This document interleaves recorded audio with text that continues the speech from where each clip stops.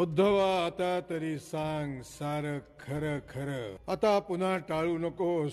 मानवाचं सारं जीवन आयुष्याची कोडी सोडवण्यात आणि त्यांच्याशी झुंजण्यात जावं, आणि या सगळ्या संग्राला तू केवळ प्राक्तन म्हणून संपवावंस. हा कसला न्याय योगेश्वरा.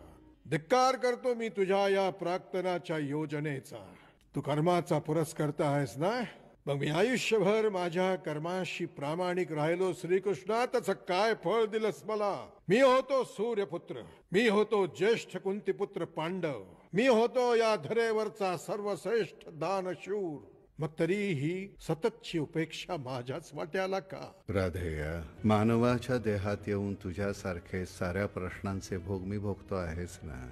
यातून कुणाचीही सुटका नाही रे. अरे वेड्या, तुझ्यासारखे कर्मयात्री या धरेवरच्या माणसांचे दीपस्तंभ. तुमचं जीवन हे केवळ जळण्यासाठीच. या प्रकाशात आम्हाला आमच्या वाटा सापडतात. हा जीवनाचा खेत सोड, सारं कटुत्व जाऊ दे लयाला. कर्णा, उदार मनानं क्षमा कर सर्वांना. मलाही खूप अन्यायानं वागलो रे तुझ्याशी. तूच होतास या जगातला सर्वश्रेष्ठ महारथी.